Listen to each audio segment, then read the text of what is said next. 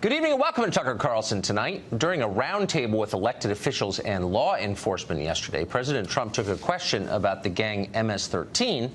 As he has before, the president expressed his thoughts on the subject bluntly. We're taking people out of the country. You wouldn't believe how bad these people are. These aren't people. These are animals. Well, if anything, that's a mild description. Dogs are animals, and a lot of them sleep on the bed. You wouldn't want to be anywhere near MS-13. They traffic in drugs, weapons, and human beings, young girls. Unlike animals, they kill for fun, often with machetes. They terrorize the poor and the vulnerable. They've made El Salvador the most dangerous country in the world. There is literally no defending them, and yet the left is defending them. Here's how the New York Times described what the president said, quote, Trump lashed out at undocumented immigrants during a White House meeting, calling those trying to breach the country's borders animals. Over at Jeff Bezos' vanity publication, The Washington Post, there was this, quote, Trump evokes an ugly history of dehumanization. So the president is a Nazi for criticizing a violent street gang. Newspapers haven't been this yellow since they started the Spanish-American War. For her part, over at the House, Minority Leader Nancy Pelosi raced to the nearest microphone to defend the dignity of MS-13. Watch this. We're all God's children.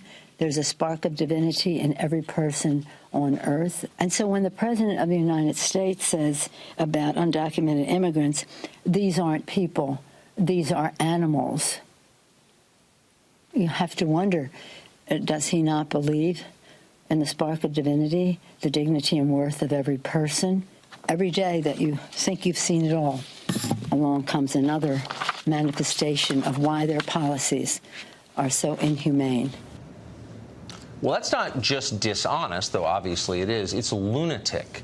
Why would the left be defending the country's most violent street gang? Trump has made them irrational. That's part of it.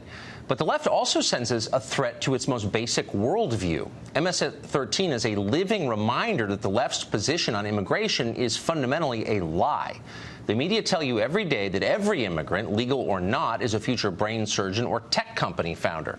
Therefore, immigration controls are unnecessary. If they admit that MS-13 is actually bad and must be stopped, they'd have to also admit that when some countries send their people here, they aren't sending their best. A lot of immigrants are great, for sure. Some of them are rapists, though. Some join MS-13. That's just true. They're not all the same because people aren't all the same. That's the point of our immigration law. They're not the same. We should sort the good from the bad. But that's too much for the left. It suggests that this might be a real country whose actual citizens have interests that are worth protecting. Yesterday on Twitter, the governor of California, Jerry Brown, went after the president's views on immigration, and he ended his tweet this way, quote, we, the citizens of the fifth largest economy in the world, are not impressed. Citizens of the economy. That says it all. To the modern left, you're not an American with a culture and a history and a collective identity. You're a citizen of the economy, a cog in the machine of global capitalism. To Jerry Brown and Nancy Pelosi and their many donors, America's just another private equity scheme. Their pledge is different from yours. And to the economy for which it stands, one economy indivisible with open borders and low wages for all. That's the future they promise. Don't worry, it'll sound better in Spanish.